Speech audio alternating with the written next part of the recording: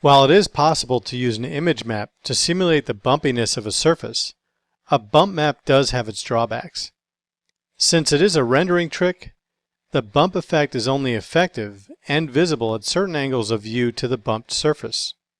This can cause issues with surface elements that are meant to be raised or indented, such as a cast serial number on a part. That will disappear at angles approaching a side-on view. To solve this problem, we can use a displacement map. A displacement map uses the same grayscale image, only in this case, the surface of the object is actually altered. Let's take a moment to see how a displacement map can be used to create a cast part number and symbol on a metal T-pipe intersection. From the Chapter 4 subdirectory, open the file Chapter 4 displacement01.max.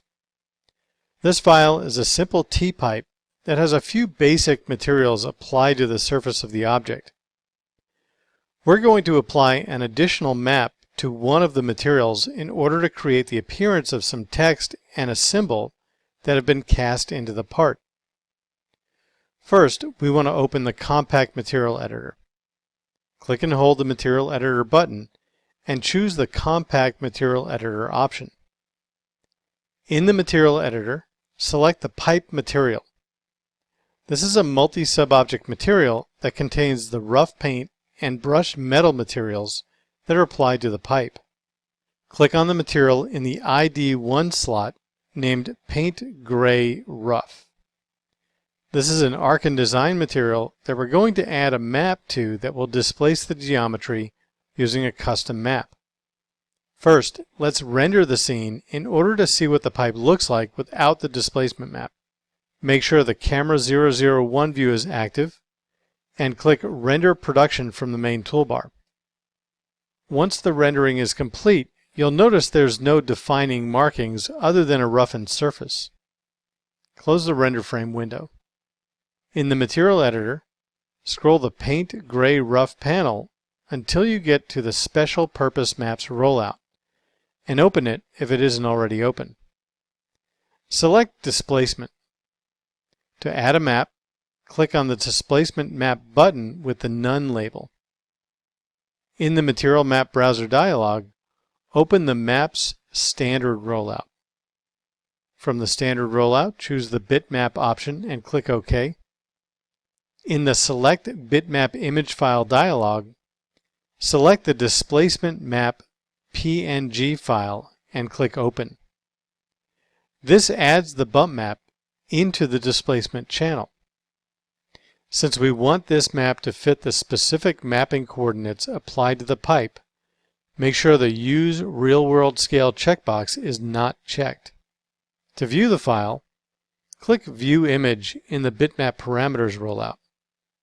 You'll notice that the file is a grayscale file. The white will raise the surface, whereas the black will have no effect. Close the image window. Click Go to Parent to return to the paint material. Click Render to re-render the scene, and notice the geometry has been displaced. However, the result is not quite what we would like.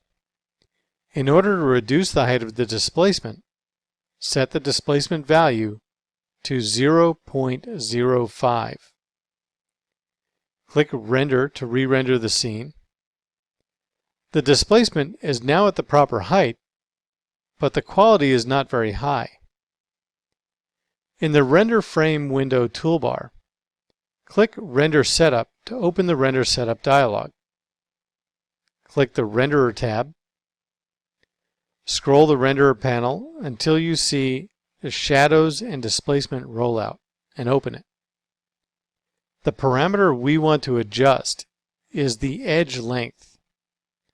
This parameter determines the smallest possible length of a subdivided edge.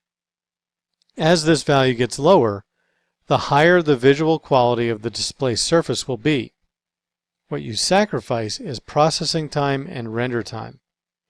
Change the edge length to a value of 0.2, then click Render. Notice that it takes a little longer to process the scene while the displacement is calculated.